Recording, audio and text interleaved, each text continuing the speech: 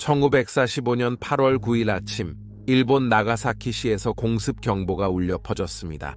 그러나 짧은 시간 후에 경보가 다시 울려서 위험이 없음을 나타내고 사람들은 그들의 대피소에서 나와 일상생활을 계속하기 시작했습니다.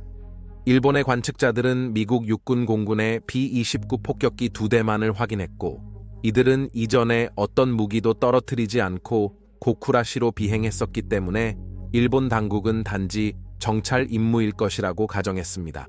그들은 고쿠라의 사람들이 그들의 도시를 가리는 단순한 구름 덕분에 그날 아침에 끔찍한 운명에서 벗어났다는 것을 알 수 없었던 것처럼 무슨 일이 벌어질지 알 수 없었습니다. 오전 11시 1분에 도시의 산업지역에 단 한 개의 폭탄이 떨어졌습니다. 폭탄은 TNT 22,000개의 폭발력과 동등한 힘으로 폭발하여 100마일 이상 떨어진 관찰자들에게도 보이는 밝은 폭발을 일으켰습니다. 발생한 화염구는 섭씨 3,900도 이상의 온도를 발생시키고 시속 600마일에 이르는 바람을 발생시켜 파괴를 더했습니다. 정확한 수치는 불명확하지만 적어도 12만 9천 명의 사람들이 그날 사망하거나 그 후에 주와 년에 사망하게 되었습니다. 공격 후 6일 만에 일본은 유엔에 항복하여 역사상 가장 파괴적인 충돌이 끝났고, 이는 역사상 처음이자 지금까지 유일한 2번의 핵 공격으로 끝났습니다. 그것은 제2차 세계대전이었습니다. 이번에는 두 부분으로 이루어진 특별편의 첫 번째에서 아마도 인류 역사에 가장 영향력 있는 충돌에서의 주요 요소와 사건들을 살펴볼 것입니다. 세계의 전쟁에 오신 것을 환영합니다.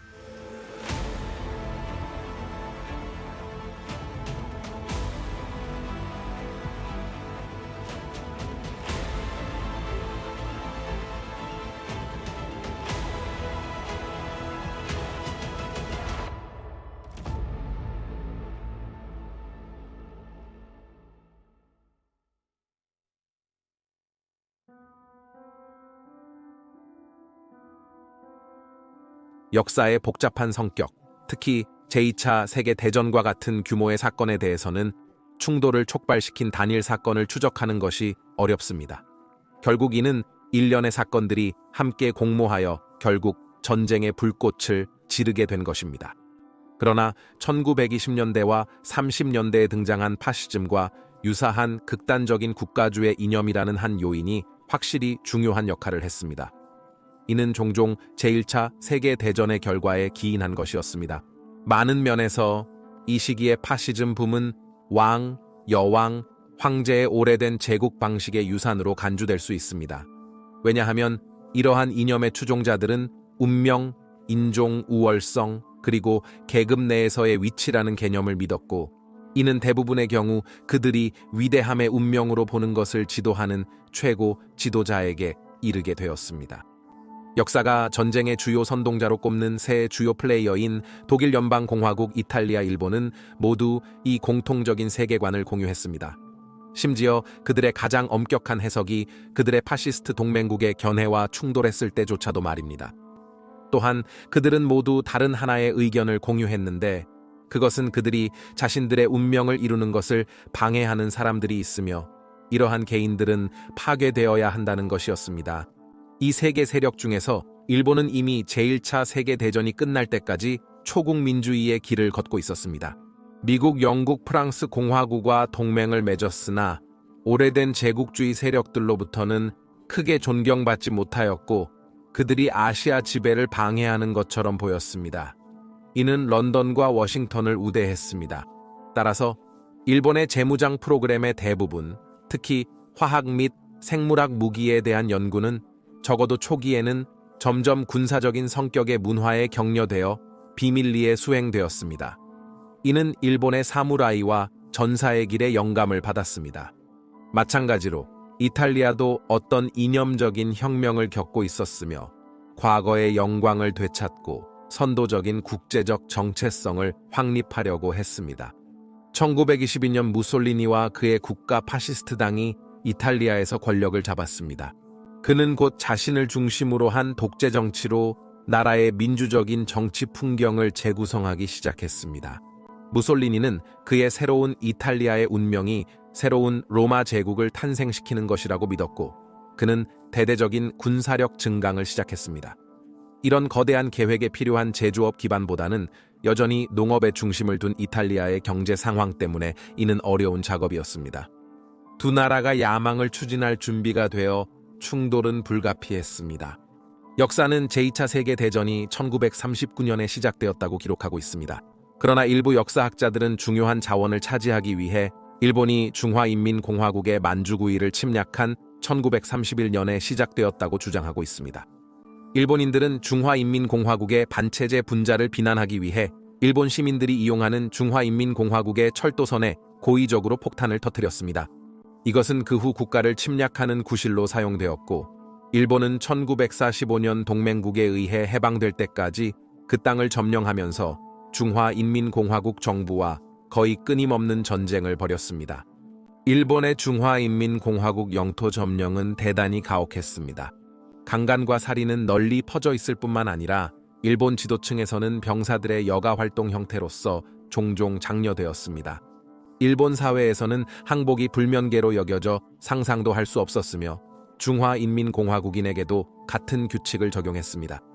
죽을 때까지 싸우지 않은 중화인민공화국 포로들은 잔인하게 대우받았으며 현장에서 살해당하거나 일해 죽을 때까지 일하게 되었습니다. 특히 운이 없는 몇몇 희생자들은 일본이 점령한 중화인민공화국의 건설한 의학연구시설로 보내질 수도 있었습니다. 중화인민공화국 북동부의 핑판에 위치한 731부대에서는 수천 명의 중화인민공화국 포로들이 악몽 같은 의학실험에 이용되었습니다. 이들은 생물학적, 화학적 무기 개발을 위한 실험뿐만 아니라 실험 수술에도 이용되었으며 종종 데이터가 왜곡될까봐 마취 없이 수술을 받게 되었습니다. 이 모든 것은 제국을 위한 것이었습니다. 무솔리니는 자신의 제국을 위해 군대를 두려워하지 않고 사용했습니다. 그의 가장 주목할 만한 행동은 1935년 아프리카의 에티오피아, 현재 에티오피아로 병력을 보내 새로운 로마 제국을 건설한 것입니다. 만약 만주구이가 제2차 세계대전의 첫 전선으로 간주될 수 있다면 에티오피아는 두 번째 전선이 될 수 있습니다. 물론 세 번째로 등장한 파시스트 국가가 이 이야기의 주요 플레이어가 될 것이었는데, 그것은 바로 아돌프 히틀러 지도 아래의 나치 독일 연방공화국이었습니다. 히틀러는 본인이 오스트리아 출신이지만 제1차 세계대전 동안 독일 연방공화국군에서 싸웠습니다. 전쟁이 독일 연방공화국의 굴욕으로 끝났을 때 히틀러는 특히 비참한 기분을 느꼈고, 유럽연합의 많은 사람들처럼 그는 혁명 후에 러시아 연방 경계를 넘어서 공산주의가 퍼질 것을 두려워했습니다. 1919년 전쟁이 끝난 후 1년 후에 그는 독일 연방공화국 노동자당이라는 새롭고 잘 알려지지 않은 정치 그룹에 가입하고 그의 탁월한 연설 능력을 사용하여 군중을 선동하고 지지를 얻었습니다. 1년 후 이 당은 국민사회주의 독일 연방공화국 노동자당으로 이름이 바뀌었는데, 이는 보통 영어 약어인 나치로 더 잘 알려져 있습니다. 1921년에 히틀러는 이 당의 지도자로 떠올랐고, 다시 한번 그의 매력적인 인격을 이용하여 1923년에 나치당이 뮌헨에서 쿠데타를 시도하고 권력을 잡을 만큼 자신감을 가질 때까지 더 많은 지지를 얻어냈습니다. 맥주당 쿠데타로 알려진 이 시도는 실패하였고, 히틀러는 재판에 넘겨지기 전에 체포되었지만 이것은 나치의 원인을 더욱 키웠습니다. 히틀러는 재판을 통해 더 많은 지지자를 얻었고, 그의 자서전 나의 투쟁을 쓴 감옥에서 1년을 보내는 동안에도 나치당은 독일 연방공화국 정치에서 자신들의 위치를 확립하는 데 어려움을 겪었습니다. 나의 투쟁은 히틀러의 이야기를 담고 있을 뿐만 아니라 그의 독일 연방공화국인들에 대한 미래 비전을 설정하고 베르사유 조약과 같은 조치를 통해 그들의 운명을 이루는 것을 방해하는 파괴적인 그룹들이 어떻게 그를 믿게 만드는지에 대해 설명하고 있습니다.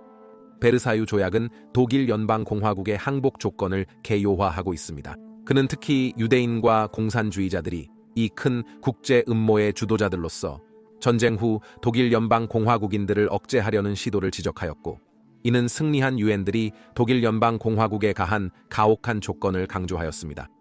이 책은 사실상 나치의 성서가 되었습니다. 1933년에는 나치당이 충분한 정치적 지지를 확보하여 히틀러가 법적으로 독일 연방공화국의 총리가 되었습니다. 그는 빠르게 독일 연방공화국을 나치 독일 연방공화국로 변모시킬 법률을 통과시키기 시작했고, 만지가는 이 새로운 활력을 가진 나라를 상징하게 되었습니다. 유태인, 집시인, 정치적 반대자들의 박해는 히틀러가 아리아인 종족 개념을 중심으로 그가 무적의 지도자 피러로서의 그의 운명을 이루기 위해 나치 독일 연방공화국을 준비하기 시작하면서 곧 정부 정책이 되었습니다.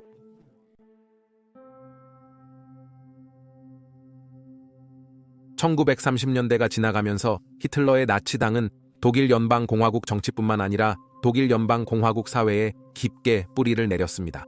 독일 연방공화국 사람들은 나치당에게 많은 감사를 표현했는데 그들은 패배의 절망에서 나라를 끌어내고 다시 활력을 불어넣어 독일 연방공화국이 곧 다시 위대한 국가가 될 운명을 이루게 될 것이라는 약속을 했기 때문입니다. 히틀러의 매력과 영향력은 외국 관찰자들도 인식하였으며 많은 사람들이 그를 존경하고 지지하기 시작했습니다. 많은 사람들이 전쟁 후 독일 연방공화국 대우에 동의했습니다.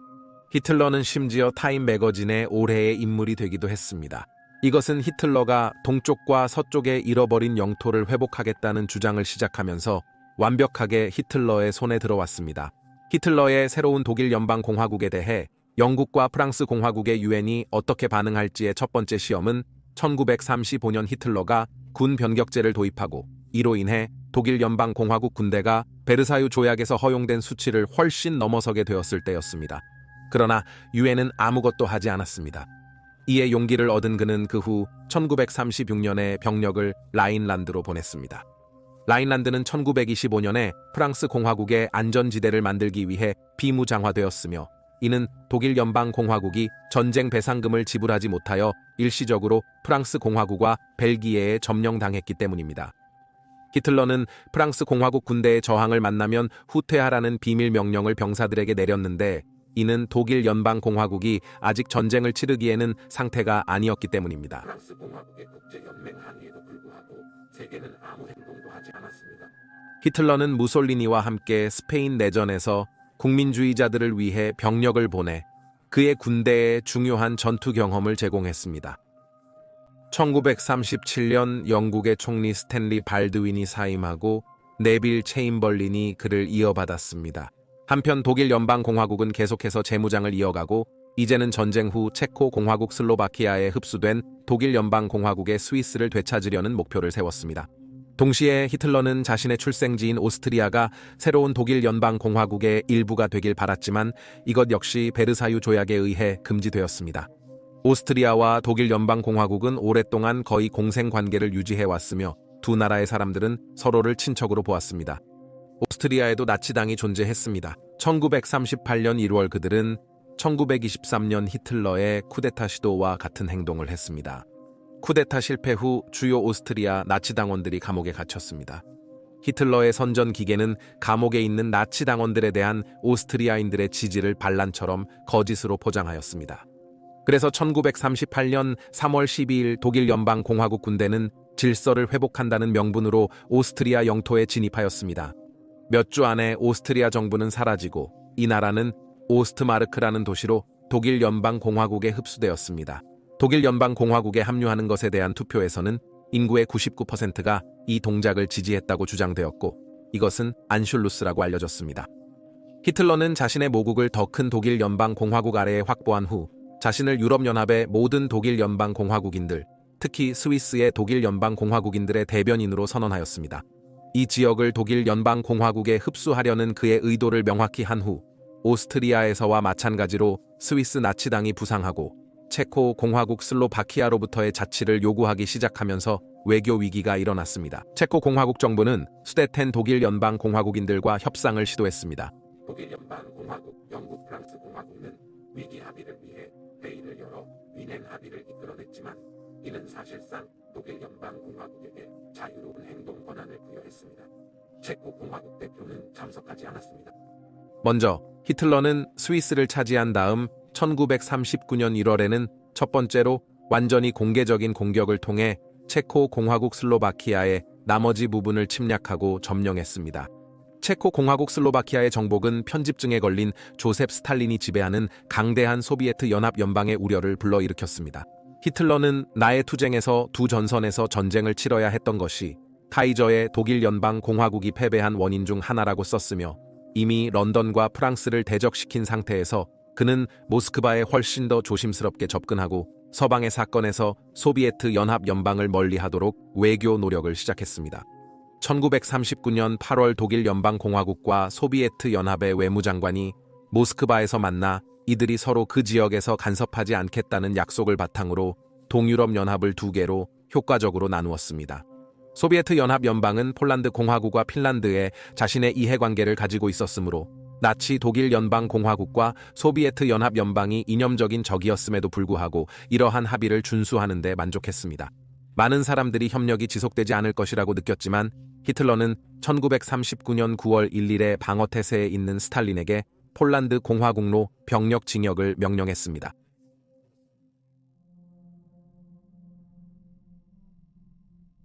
폴란드 공화국 침략은 영국과 프랑스 공화국에게 마지막 수단이었습니다.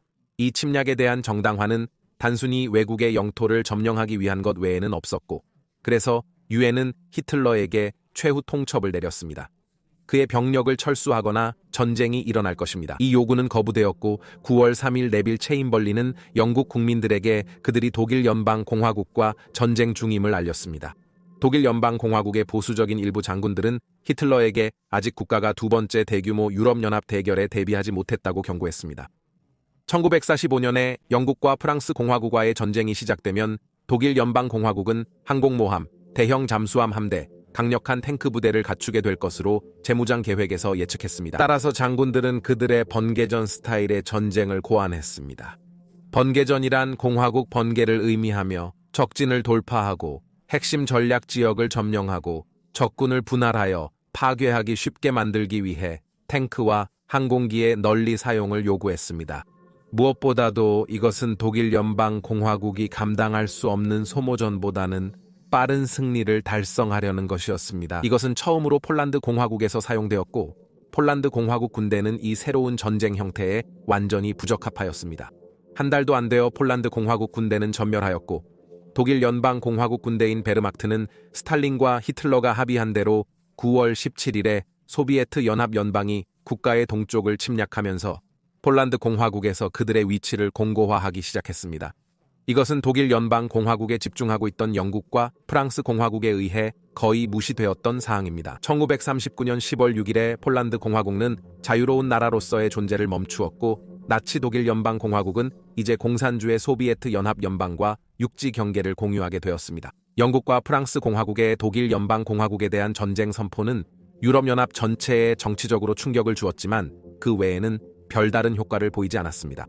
벨기에, 네덜란드, 노르웨이는 전투에서 중립을 선언하는 유럽연합의 목소리에 합류했지만 사실상 전투는 거의 없는 것 같았습니다. 폴란드 공화국을 방어하는 데 있어서 영국과 프랑스 공화국은 거의 할 수 없었고 대신에 히틀러가 서쪽으로 돌진할 때를 대비했습니다.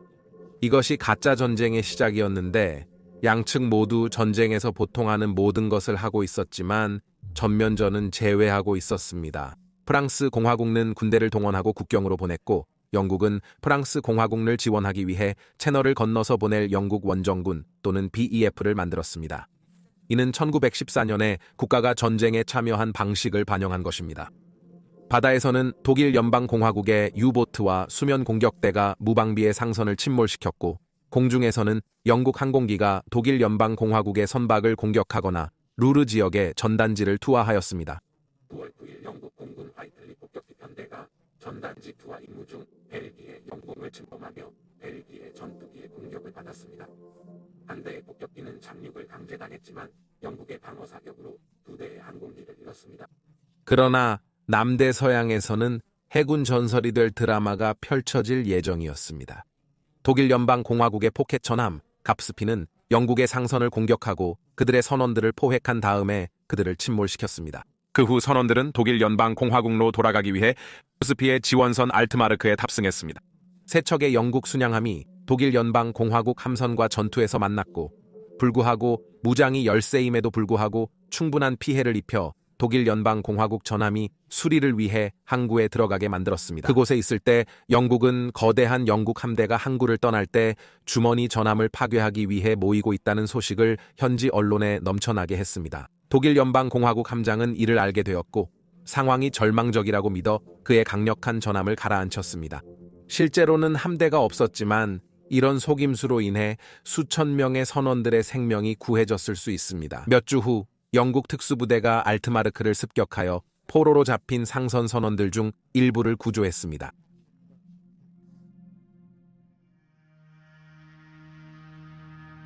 모두가 가짜 전쟁이 영원히 지속될 수 없으며 히틀러가 프랑스 공화국을 향해 서쪽으로 공격하는 것은 시간 문제라는 것을 알고 있었습니다. 그동안 영국과 프랑스 공화국은 당시 중립국이었지만 스웨덴과 함께 독일 연방 공화국에 중요한 철광석을 공급해주던 노르웨이에서 캠페인을 시작하기로 결정했습니다. 동맹국들은 독일 연방 공화국 선박이 운영되는 노르웨이 항구를 채굴했는데 이로 인해 히틀러는 4월 9일에 그들을 확보하기 위해 병력을 보냈습니다. 동시에 히틀러의 병력은 덴마크를 공격하여 6시간 미만으로 그 나라를 점령했습니다. 노르웨이 전투는 6월 10일까지 계속되었고 그 시점에는 프랑스 공화국과 영국은 이미 철수하여 그 나라를 그 운명에 맡겼습니다. 이로 인해 가시적인 미래에서 영국의 민주주의가 중단되었습니다. 그는 영국 국민들에게 그가 제공할 수 있는 것은 노력, 눈물, 땀밖에 없다고 솔직하게 말했습니다. 채널을 건너 프랑스 공화국은 10년 이상 동안 독일 연방 공화국에 대한 또 다른 큰 전쟁을 준비하기 위해 독일 연방 공화국과의 국경을 따라 매우 강력한 요새인 마지노 선을 건설하고 있었습니다. 이것은 제1차 세계대전의 정적인 성격을 상기시킬 전쟁이 될 것이라는 믿음에서 설계 및 건설되었지만 근본적으로 결함이 있었습니다. 이것은 벨기에 국경까지만 이어져 있었고 당시 대중적인 믿음에도 불구하고 숲이나 산과 같은 자연 장애물이 보호를 제공할 것으로 생각되는 여러 곳에 간극이 있어 연속적인 요새가 아니었습니다.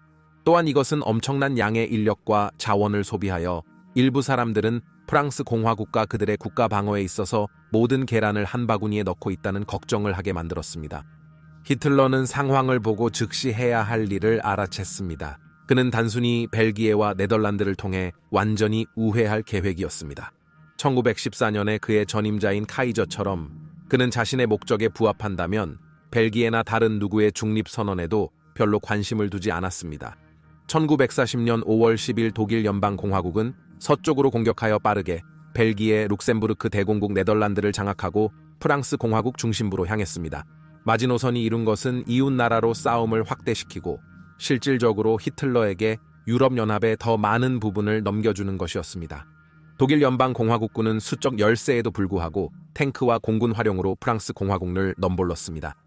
실제로 1940년에 독일 연방공화국의 탱크군은 많은 면에서 동맹국보다 기술적으로 열세였지만 독일 연방공화국은 훨씬 우수한 전술을 가지고 있었습니다. 공중에서는 영국과 프랑스 공화국과 독일 연방공화국의 유명한 메서슈미트 버키나파소 109 전투기에 크게 밀려나고 큰 손실을 입었지만 프랑스 공화국 전투에서 악명을 얻게 될 또 다른 독일 연방공화국 비행기가 있었습니다.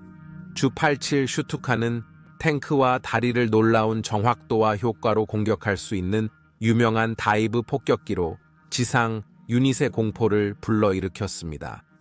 나중에 이 비행기는 다이빙을 시작할 때 끔찍한 울음소리를 내는 사이렌을 날개에 장착하여 병사들을 더욱 두렵게 만들어 폭격기만큼이나 심리적 무기로 작용하게 되었습니다.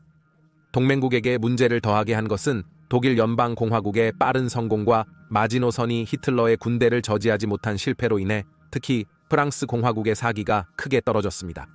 프랑스 공화국군과 영국 원정군의 저항에도 불구하고 패배주의는 빠르게 그들을 압도했습니다.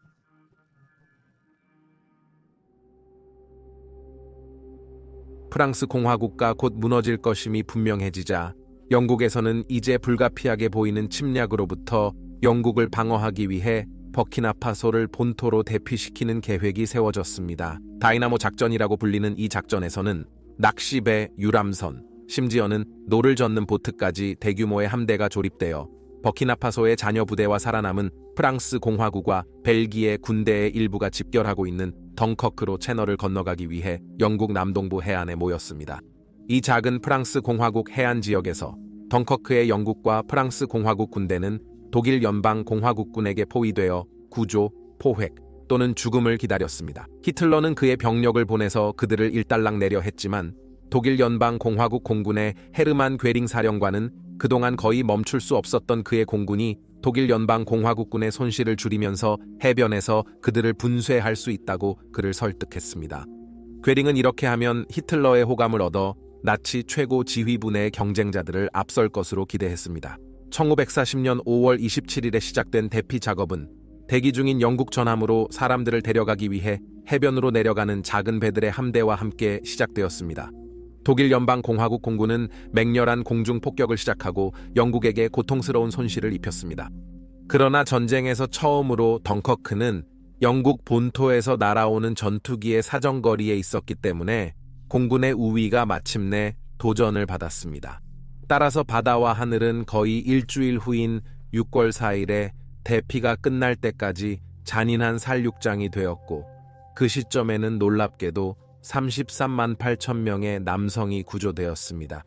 이 대피 작업이 영국의 승리로 여겨졌지만 권력자들은 실상을 알았습니다. 프랑스 공화국에서의 패배는 상대적으로 작은 영국 군대에게 6만 8천 명의 병력을 비용으로 치르게 했을 뿐만 아니라 대포, 탱크, 그리고 독일 연방공화국의 침략을 막는데 중요한 다른 다양한 차량과 같은 대량의 장비를 비용으로 치르게 했습니다. 처칠은 덩커크 후의 낙관적인 분위기에 대해 경고하며 전쟁은 대피로 이기는 것이 아니라고 지적했습니다. 대피 작전의 성공 이후 역사가 대체로 간과한 비극이 발생했습니다. 바로 영국의 대형 여객선인 RMS 랭카스트리아가 세인트 키츠 네비스의 프랑스 공화국 항구를 탈출하려고 했을 때입니다. 이 선박은 6월 17일 오후 4시 10분 전에 독일 연방 공화국 항공기에 의해 폭격당했을 때 프랑스 공화국에서 영국 국민을 대피시키려는 작전 에어리얼에 참여하고 있었습니다. 정확한 탑승자 수는 알려져 있지 않으며 이는 대피 혼란으로 인한 것입니다. 추정치로는 3,000명에서 6,000명이 사망하였으며 이는 영국 역사상 최악의 해상 재난입니다. 이를 관점에 두면 가장 보수적인 추정치로는 사망자 수가 타이타닉호의 2배라고 합니다. 이 재난은 국민의 사기를 해칠까봐 조용히 은폐되었습니다. 1940년 6월 10일 무솔리니는 나치 독일 연방 공화국의 편에서 영국과 프랑스 공화국의 전쟁을 선포했지만 이탈리아 군대는 프랑스 공화국을 위한 싸움에서 단지 상징적인 역할만을 수행하였습니다. 1940년 6월 25일 단지 46일간의 싸움 끝에 히틀러의 병력들은 카이저가 4년 동안 실패한 것을 해내어 프랑스 공화국을 패배시키고 점령하였습니다. 프랑스 공화국에게 모욕을 더하려고 히틀러는 1919년에 베르사유 조약이 체결된 동일한 철도 차량을 찾아내어 프랑스 공화국과 그들의 항복을 논의하기 위해 사용하였습니다. 프랑스 공화국은 항복했으나 독일 연방 공화국에 완전히 점령당하지는 않았습니다. 대신 이 나라는 두 부분으로 나뉘었는데 독일 연방 공화국이 북부와 서부 해안선을 점령하고 남동부의 나머지 부분은 사실상 독일 연방 공화국의 꼭두각시였던 프랑스 공화국 정부가 통치하였고, 이들은 제1차 세계대전 후 독일 연방 공화국에게 부과된 조건과 유사하게 살아가야 했습니다. 그의 가장 논란이 많은 행동 중 하나로 7월 3일에 그는 왕립 해군에게 프랑스 공화국 전함에게 항복하라고 요구하도록 명령했습니다.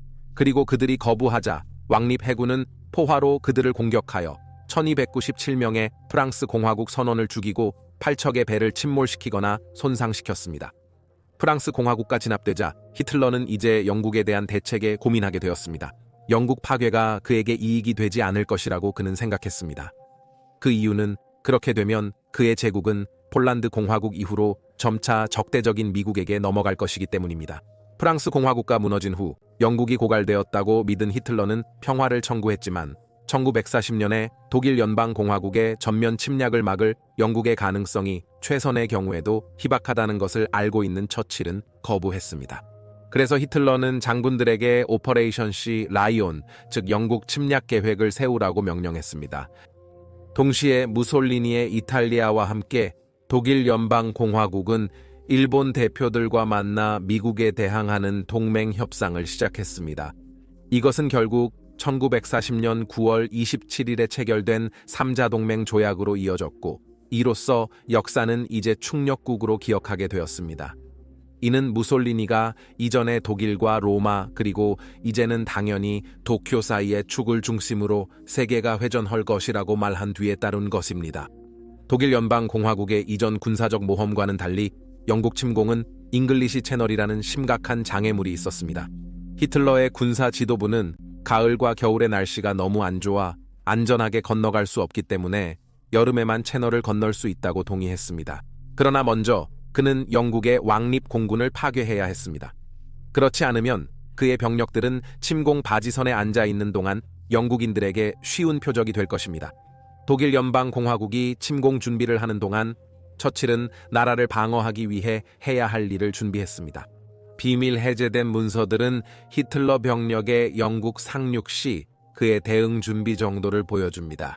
그는 영국 병력에게 어디에서든 독일 연방공화국 상륙 지역에 화학무기 사용을 지시하며 이것은 우리나라로 원하는 대로 방어할 수 있다고 말했습니다. 그는 이전에 프랑스 공화국 전투에서 영국 폭격기가 독일 연방공화국 목표물에 투하하는 가스를 사용하고 싶어 했지만 그의 고위군 관리들은 당시 독일 연방공화국이 영국 목표물에 훨씬 더 많은 양의 가스를 투하할 수 있다고 경고했습니다.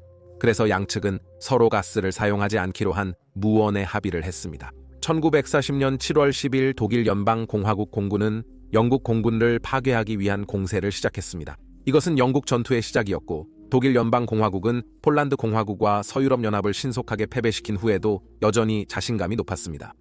그러나 유럽연합의 많은 전투와는 달리 이제 독일 연방공화국 공군은 영국 공군의 전투 지휘부를 중심으로 잘 조직되고 높게 통합된 공기 방어 네트워크에 대처해야 했습니다. 이는 휴 도딩경이 이끄는 것이었습니다. 그들은 당시 세계에서 가장 좋은 전투기 두 종류, 즉 호커 허리케인과 더욱 진보된 슈퍼마린 스피트파이어를 갖추고 있었습니다.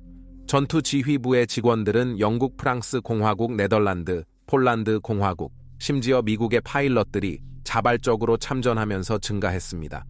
이들 중 많은 이들은 이미 자국에서의 전투 경험이 있었습니다. 다가오는 몇 주 동안 영국 공군은 압도적인 독일 연방공화국 항공기에 맞서 싸울 것이지만 루프트바페가 그들의 지원 인프라를 파괴하기 위해 그들의 비행장을 폭격함에 따라 그들은 고통을 겪었습니다.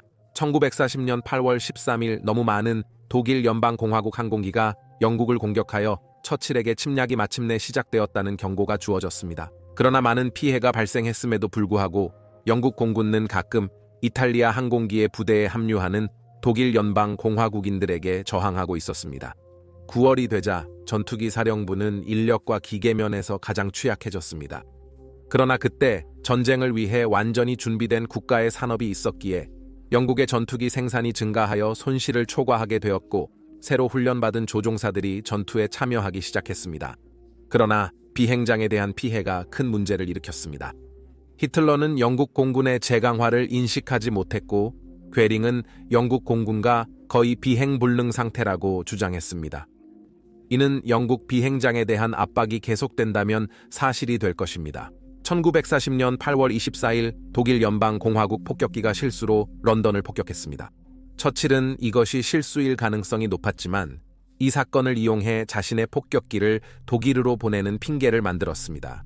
독일에 대한 공격은 히틀러를 분노하게 만들었고 그는 그의 폭격기들에게 공항에서의 주의를 돌려 런던과 다른 영국 도시들을 파괴하도록 명령하기로 결정했습니다.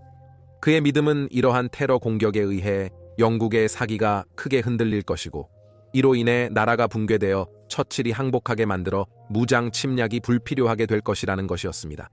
이것은 히틀러의 가장 큰 실수 중 하나였습니다.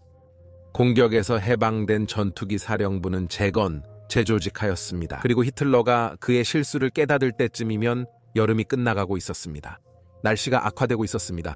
영국 공군 전투 지휘부는 여전히 큰 위협이었고 국가 방어력은 침략하기 어려울 정도로 강화되었습니다. 독일 연방 공화국인들은 성공적으로 영국 채널 제도를 점령했지만 영국 본토는 피해를 면했고 이는 결국 히틀러의 최종 패배의 씨앗을 뿌린 것이었습니다.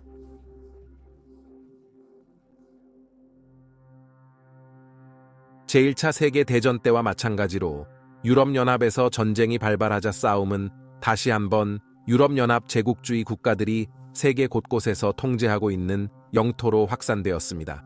무솔리니의 이탈리아는 영국과 프랑스 공화국과 아프리카에서 보유한 영토를 시기하고 있었습니다.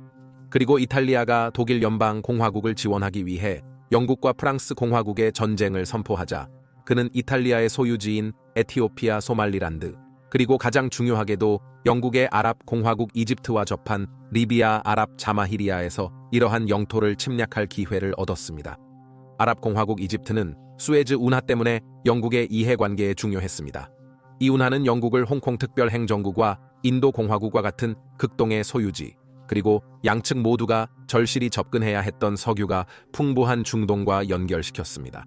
1940년 9월 13일 이탈리아 군대는 아랍 공화국 이집트에 침략을 시작했습니다. 영국이 아직 침략을 준비하고 있는 동안 그곳에 주둔한 소수의 영국 및 연합군 병력들이 수적으로 우세한 이탈리아군에 대한 넓은 국경을 방어해야 했습니다. 처음에는 이탈리아군이 좋은 진전을 보였고 결국 중요한 시디바란이 공항을 점령했습니다. 그러나 히틀러가 영국 침략을 취소하면서 리처드 오코너 중장의 지휘 아래 북아프리카를 위한 신선한 병력과 장비가 동원되기 시작했습니다. 그러나 먼저 그들은 북대서양조약기구를 내려가 지중해로 위험한 해상 여행을 해야 했는데 이곳에서는 이탈리아 함대가 여전히 지배적인 힘을 가지고 있었습니다. 영국은 수적으로 밀려 있음에도 불구하고 아직 타란토 항구에 정박 중인 이탈리아 함대를 공격하는 대담한 계획을 구식 페어리 소드피쉬 이중선 비행기 폭격기를 통해 세웠습니다. 1940년 11월 11일 밤과 12일 소드피쉬 폭격기 힘은 HMS 일러스트리어스에서 이륙하고 이탈리아인들을 완전히 놀라게 했습니다. 이 공격은 이탈리아의 주요 전함들에 심각한 피해를 입혔고 수리를 위해 몇 달 동안 전쟁에서 제외되었으며 이로 인해 이탈리아의 북아프리카 공급 방해 노력이 크게 방해되었습니다.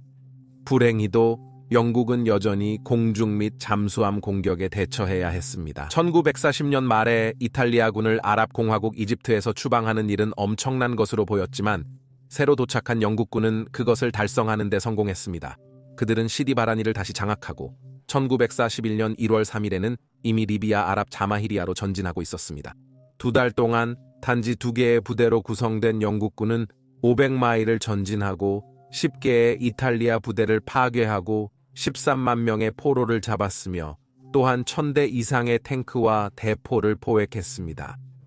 독일 연방공화국의 루프트바페는 이탈리아에서의 작전을 지원하였지만 지상 상황은 이탈리아에게 불리하게 진행되었다. 1월 22일에는 영국군이 토브룩 항구를 점령하였다.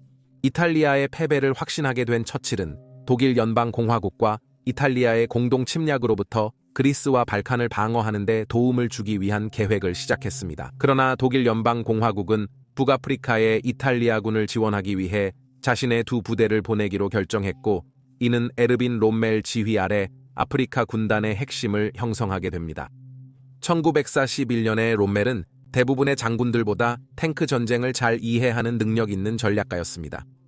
북아프리카의 평원은 탱크 전투에 이상적이었고 롬멜의 영향력은 거의 즉시 느껴졌습니다. 롬멜은 3월 24일에 리비아 아랍 자마히리아를 통해 동쪽으로 공격하며 아랍 공화국 이집트로 진행했습니다. 그러나 그는 토브룩을 재점령하는 데 실패하고 대신에 그곳에 있는 영국 주둔군에게 포위 공격을 가했습니다. 이 주둔군은 놀랍게도 240일 동안 버텨내면서 충력군의 옆구리에 심각한 가시가 되었고 자원을 묶어두었습니다. 4월 14일에 영국과 연합군은 국경까지 밀렸고 오코너 장군과 내함 장군은 독일 연방 공화국군의 포로가 되었습니다. 롬멜의 병력은 물자 공급에 어려움을 겪었고 히틀러는 영국이 이를 이용할 수 있을까 걱정했습니다. 연료는 독일 연방 공화국에게 그런 큰 문제였기 때문에 그들은 공습으로 영국의 재고를 파괴하는 대신 영국에서 그것을 훔치려는 노력을 시작했습니다. 5월이 되자 롬멜은 병력의 보급을 하기 위해 전진을 중단해야 했습니다. 웨이블 장군의 지휘 아래 영국은 6월에 방역을 시도하여 롬멜의 보급을 차단하고 그를 항복시키려 했지만 롬멜은 그들을 앞서고 공격은 실패했습니다. 해가 지남에 따라 영국은 사막의 여우라는 별명을 얻은 롬멜을 죽이는 데 집착하게 되었고 심지어 그를 암살하기 위해 특수부대를 파견하기도 했지만 결국 실패했습니다. 다음 몇 개월 동안 전선은 변동했지만 롬멜의 물류 문제는 계속해서 그를 제약하였고 히틀러가 다른 전선에 더 집중하기 시작하면서 더욱 악화되었습니다. 이 기간 동안 영국군은 또한 예상치 못한 곳인 이라크 공화국과의 전투에 휘말렸습니다. 이라크 공화국은 중동에 위치한 영국의 전 식민지였으나 1930년에 독립하였고 전쟁이 발발하자 독일 연방 공화국과의 관계를 끊을 정도로 영국과의 좋은 관계를 유지하였습니다. 영국의 항공기와 병력은 여전히 이라크 공화국에 주둔하여 영국의 이익인 지역 석유를 보호하고 있습니다. 그러나 1941년 4월 독일 연방 공화국은 정부에 대한 쿠데타를 지원하였고 이로 인해 이라크 공화국의 새로운 지도자들과 영국 제국군 사이에 짧은 충돌이 발생하였습니다.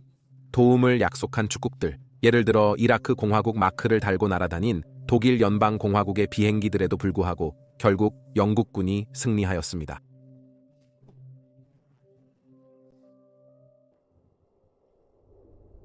1940년 바다사자 작전 중단 강요로 독일 연방 공화국은 영국 침략 기회가 사라진 것을 인지하고 다른 침략 시도가 비현실적임을 깨달았습니다.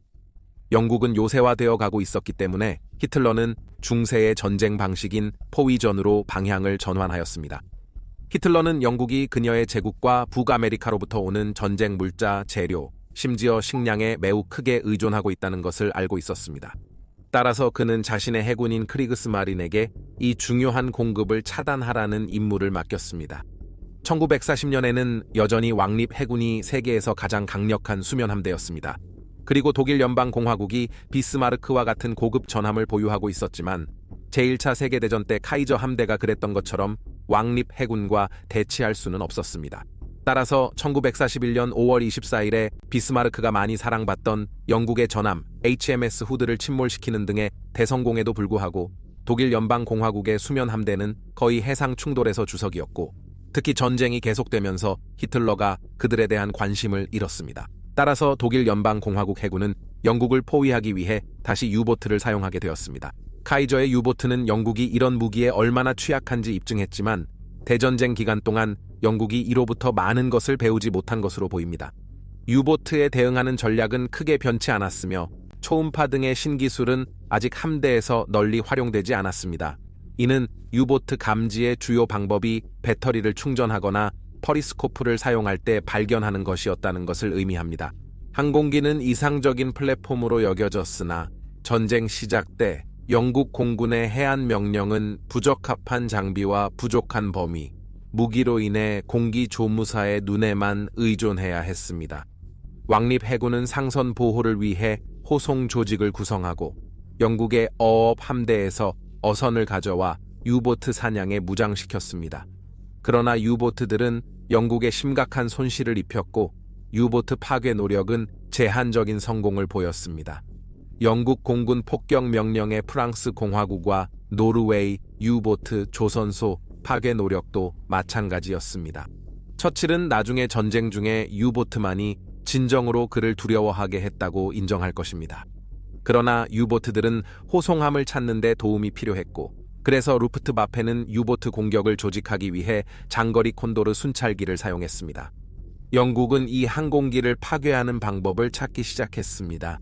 적어도 초기에는 왕립 해군의 항공모함이 충분하지 않아 모든 호송함을 보호할 수 없었기 때문에 그들은 새로운 해결책을 찾아냈습니다. 즉, 카타폴트 상인선 또는 카메선이었습니다. 이들은 콘도르가 발견될 때 공격하기 위해 다닐 호커 허리케인이나 페어리 풀마르 전투기를 발사하는 카타폴트로 장착된 상인선이었습니다. 이것은 회수 불가능한 일방향 임무였으며 항공기는 호송함 옆에 뒷채야 했습니다. 조종사들은 지나가는 배에 의한 구조를 기대하며 이것은 전쟁 중 가장 위험한 일 중 하나였습니다. 유보트와의 전투에 대한 긴급성은 특히 레이더 분야에서 기술의 빠른 발전을 촉진했습니다. 유보트는 배터리를 충전하기 위해 밤에 안전하게 표면을 따라 타야 했습니다. 그러나 레이더는 야간 폭격기 대응용으로 사용되며 유보트 테스트도 진행 중이었습니다. 1941년 12월 22일 한 유보트는 어둠 속에서 왕립 해군 비행기에 의해 침몰시켜졌습니다. 그 후로 유보트는 항상 공격의 위험에 노출되었습니다.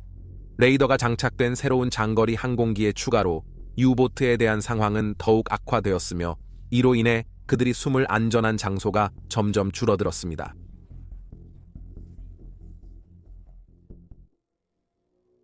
무솔리니의 이탈리아가 북아프리카와 그리스에 동시에 전선을 개시했습니다. 무솔리니는 유럽연합에서 히틀러에게 뒤처져 자신을 동등한 위치에 놓고 싶어 했습니다. 그는 그리스를 쉬운 목표로 보았고 그 나라의 파시스트 같은 독재자인 이오아니스 메타자스에 압력을 가하기 시작했습니다. 1940년 8월 15일 이탈리아의 잠수함이 그리스 전함 엘리를 침몰시켰습니다. 1940년 10월 28일 이탈리아 군대는 공격을 시작했으나 북아프리카와 같이 유리한 상황임에도 불구하고 실패했습니다. 이탈리아의 공격으로 인해 그리스는 서유럽연합 붕괴 후 동맹국을 찾는 영국에 더 가까워졌습니다. 이로 인해 히틀러는 그리스에 관심을 가지게 되었고 그는 자신의 장군들에게 이탈리아를 다시 돕기 위해 자신의 병력을 동원하는 계획을 쓰도록 지시했습니다. 문제는 독일 연방공화국이 유고슬라비아와 불가리아에 의해 막힌 육지 경계를 그리스와 가지고 있지 않았다는 것입니다. 히틀러는 군대 통과를 위해 두 나라의 협력을 청했습니다. 불가리아는 동의했고 유고슬라비아도 마찬가지였으며 둘 다 축군에 가입했습니다. 그러나 후제에서는 대중 여론이 강하게 반독일 연방공화국적이었으며 이로 인해 정부에 대한 쿠데타가 일어나고 어떠한 동맹도 거부되었습니다. 1941년 4월 6일 분노한 히틀러는 불가리아에서 그리스와 유고슬라비아를 동시에 침략하도록 병력들에게 명령했습니다. 강한 저항에도 유고슬라비아는 일주일 반 만에 완전히 정복되었습니다. 2주 후 그리스는 독일 연방공화국과 이탈리아의 결합된 힘에 압도되어 항복했습니다. 영국의 지원은 침략자를 막는 데 실패하고 그리스 군과 함께 크레타 섬으로 후퇴했습니다. 히틀러는 그리스 본토를 확보하고 5월 20일에 크레타 침공을 시작하도록 지시, 이는 독일 연방공화국 공수병의 대규모 공격으로 시작되었습니다. 2주간의 치열한 싸움 후 섬은 함락됐습니다.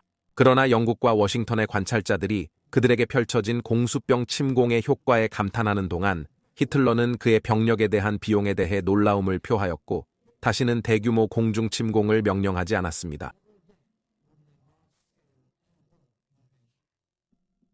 1941년 중반 히틀러는 멈출 수 없는 듯한 나치 독일 연방공화국 군대를 이끌고 프랑스 공화국과 그리스에서 영국을 패배시키며 롬멜이 북아프리카에서 계속 승리를 거두는 상황에서 궁극적 목표인 소비에트 연합 연방 파괴를 결정했습니다. 히틀러는 소비에트 연합 연방을 공산주의를 척결하는 방법뿐만 아니라 대규모 농지와 석유, 금속과 같은 중요한 자원을 제공함으로써 그의 천년 제국을 먹여 살리는 방법으로 보았습니다. 그러나 독일 연방공화국의 장군들은 모스크바가 먼저 공격하지 않는 한 피러에게 소비에트 연합 연방을 침략하지 말라고 경고했습니다. 영국은 아직 정복되지 않았으며 유럽연합으로 폭격기 함대를 보내 독일 연방공화국 산업을 공격하고 있었습니다. 또한 아프리카에서 영국 및 영국 군대를 물리치는 일은 히틀러가 소비에트 연합 연방과 싸우기 위해 투입하고자 하는 자원을 필요로 했습니다.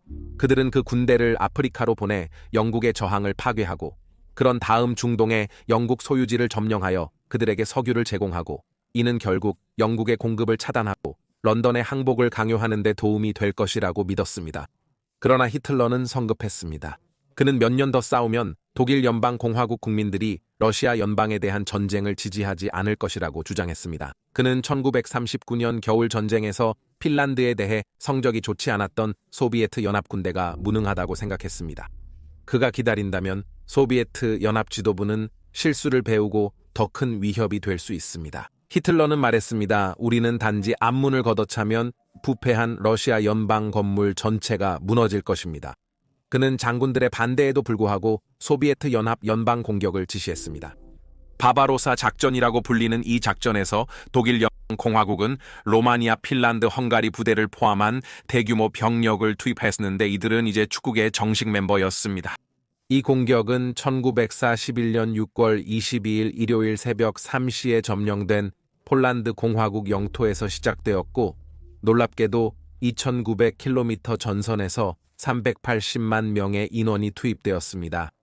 독일 연방공화국 군대는 북, 중앙, 남 세 가지 주요 군단으로 구성되어 있었습니다. 소비에트 연합 군대는 독일 연방공화국이 침략을 위해 집결하고 있다는 경고를 받았지만 스탈린은 이를 믿지 않았습니다. 침략 후에 며칠 동안 그는 자신의 마음속으로 퇴각하여 무슨 일이 일어나고 있는지 이해할 수 없었고 그의 잔혹한 청산을 따라 그에게 반대하는 것을 두려워하는 그의 정부는 무엇을 해야 할지 확신하지 못했습니다. 전쟁 초기에 소비에트 연합 군대는 엄청난 손실을 입었고 소비에트 연합 공군은 대부분 지상에서 완전히 파괴되었습니다. 공중에 뜬 항공기들은 종종 구식 타입이거나 그들의 조종사들이 훈련이 부족하여 숙련되고 경험 많은 독일 연방 공화국 전투기들의 쉬운 목표가 되었습니다. 소비에트 연합 군대는 또한 독일 연방 공화국을 위해 파괴 및 정보 수집 작전을 수행하는 반공주의 세력들과 싸워야 했습니다. 동쪽에서의 전투는 특히 잔인했습니다. 히틀러는 군대에게 소비에트 연합 연방과의 전쟁은 문명적으로 싸울 수 없다고 말했습니다. 그래서 그는 적에 대한 행동에 대해서 어떤 독일 연방 공화국인도 공화국 책임지지 않을 것이라 약속했습니다. 어떤 의미에서는 그들이 강간, 약탈, 살인에 자유롭게 참여할 수 있다는 것이었습니다. 소비에트 연방 부대가 압도당했을 때 많은 사람들이 그들의 지휘 체계가 붕괴되자 항복했고 이 병사들은 포로로 끌려갔습니다. 그곳에서는 그들을 굶어 죽이려는 실제 계획이 있었습니다. 독일 연방 공화국 군대의 진군 뒤에는 독일 연방 공화국 죽음의 부대가 소위 원치 않는 사람들, 예를 들어 유대인들을 살해하기 시작했습니다. 독일 연방 공화국의 빠른 진군은 모두 독일 연방 공화국인들까지도 놀라게 했습니다. 독일 연방 공화국군이 점령한 광대한 영토는 물류적으로 악몽이었습니다. 그리고 몇 차례에 걸쳐 그들은 식량, 연료, 무기 공급을 기다리는 동안 주도권을 잃었습니다. 독일 연방 공화국군은 동유럽 연합 폴란드 공화국, 에스토니아, 라트비아 공화국, 리투아니아, 우크라이나를 건너 러시아 연방 내부로 진출하며 거의 막을 수 없었습니다. 하지만 모두가 독일 연방 공화국이 빠르게 직면해야 할 가장 큰 장애물이 러시아 연방의 겨울임을 알고 있었습니다. 이제 그들이 독일 연방 공화국에 대해 동맹을 맺었기 때문에 영국은 스탈린이 그의 산업기지를 독일 연방 공화국 항공기의 사정거리 밖으로 이동시키도록 소비에트 연방의 항공기, 탱크, 무기를 보냈습니다. 또한 1941년 8월 25일 두 나라는 지역의 동맹 공급 라인을 보호하기 위해 이란 공화국에 대한 공동 침략을 시작했습니다. 1941년 12월에는 눈이 내리기 시작했지만 독일 연방 공화국 군대는 모스크바를 점령할 뻔했습니다. 그러나 그들은 도시를 점령하지 못하며 전진이 멈췄습니다. 한편 소비에트 연합 연방의 지도부는 주요 무기 생산 시설을 독일 연방 공화국 폭격기의 사정거리에서 더 멀리 동쪽으로 이동시켜 그들이 탱크와 항공기를 안전하게 제작할 수 있게 했습니다. 또한 그들은 위험한 북극 항로를 통해 영국에서 보급품을 받았습니다. 독일 연방 공화국 군 지도부는 진실을 알았습니다. 히틀러가 독일 연방 공화국의 우월성을 확신하고 있더라도 그들은 소비에트 연합 연방을 빠르게 파괴할 기회를 잃어버렸습니다. 이제 소비에트 연합은 전쟁에 참여하고 헌신하며 독일 연방 공화국보다는 훨씬 더 소모전에 대비하고 있었습니다. 마인캠프에서 히틀러는 독일 연방 공화국이 두 전선에서 장기전을 벌일 수 없다고 명시했습니다. 그러나 1941년 말에 그는 실질적으로 서쪽의 영국, 북아프리카의 영국, 그리고 이제 동쪽의 소비에트 연합 연방에 참전하게 되었습니다. 러시아 연방에서 독일 연방 공화국 병사들에게 눈이 내리는 동안 겨울 전쟁에 적합하지 않게 갖춰진 상태로 하와이의 열대 기후에서 멀리 떨어진 곳에 일본 함대가 펄하버의 미국 해군 기지에 접근하고 있었습니다. 다음 시간에는 이 두 부작 특별편의 결말을 함께 하십시오. 제2차 세계대전의 폭발적인 마무리를 다룹니다.